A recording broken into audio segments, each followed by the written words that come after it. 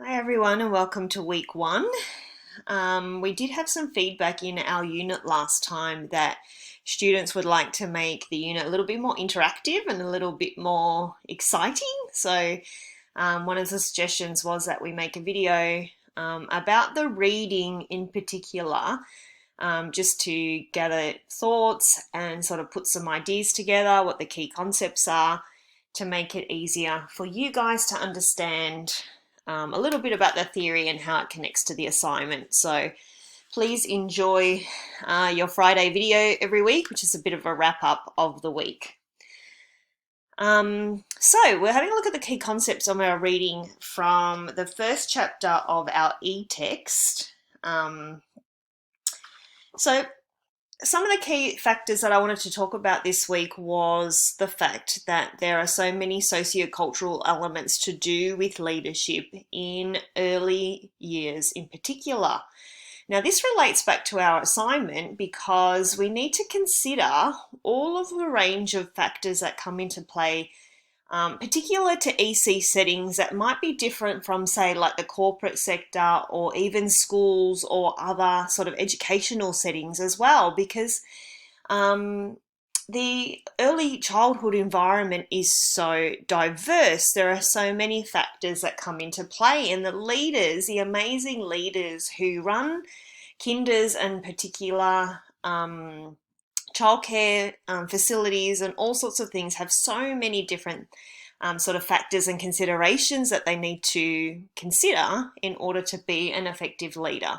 And we need to consider that in our first essay because we're actually having a look at a quote that sort of talks about the fact that sometimes leadership and management sort of get confused, particularly in the EC setting.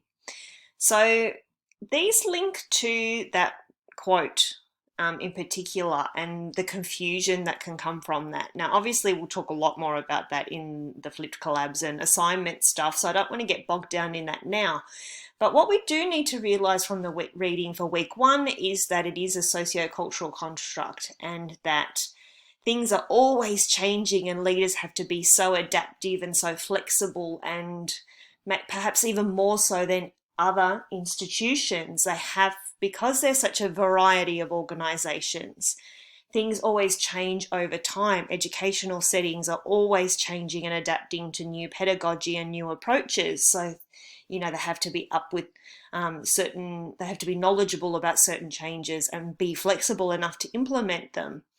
Every single organization has its own theory, has its own cultural constructs and its own setting. So it's the history of the center. It's how many qualified educators does it have? And this is talking about things within the center. Then you've got to consider things that impact the center, such as a diverse range of children, families, where this community is. Is it rural? Is it city? Are there issues within the community, such as bushfire, such as COVID? All of these things impact what a leader needs to consider.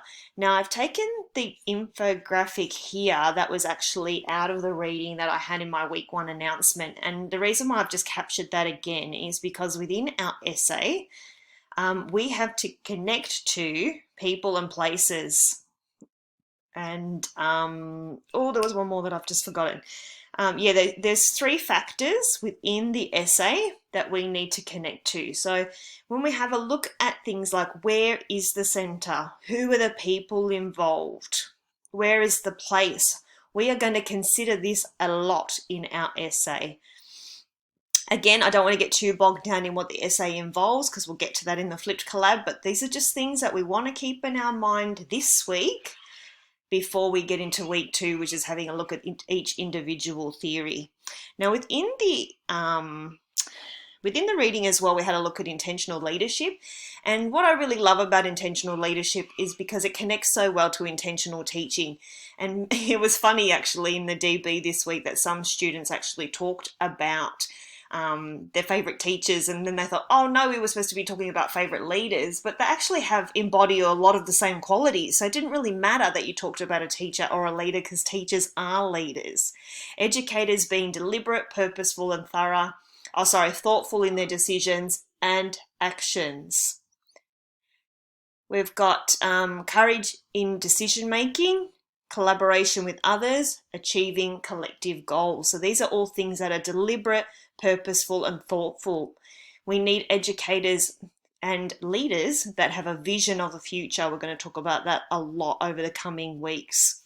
You have that love of improving your own professional development, your own professional reflection, and always on the improve, as well as a connectedness to a set of beliefs that are clear to all. Thanks for listening, and we'll see you next week.